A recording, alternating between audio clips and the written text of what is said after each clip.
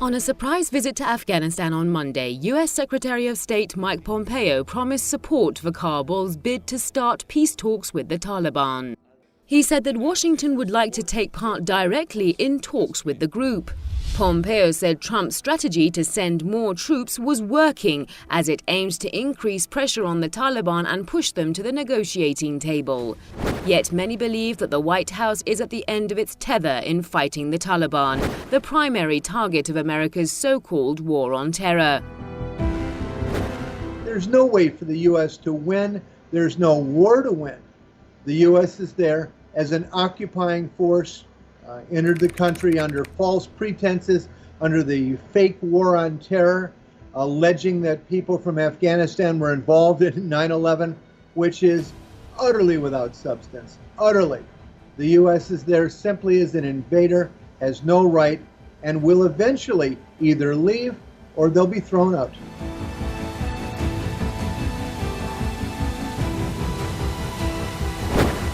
Pompeo's quick, unannounced and heavily guarded visit to Afghanistan reveals the country's ongoing instability and fragile security.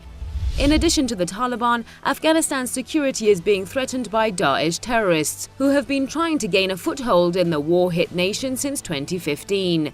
That's why some political observers argue that the presence of rival terror groups like Daesh has made the White House reach out to the lesser evil, namely the Taliban. But opinion is divided over this argument.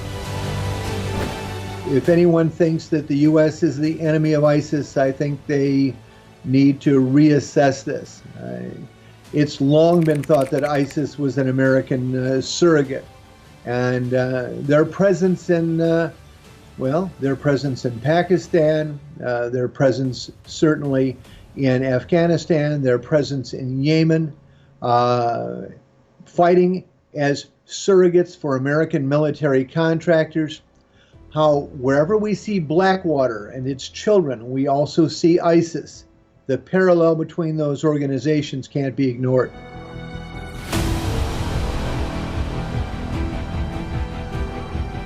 The Trump administration has previously said it would sit down in peace talks with the Taliban, but without making any concessions.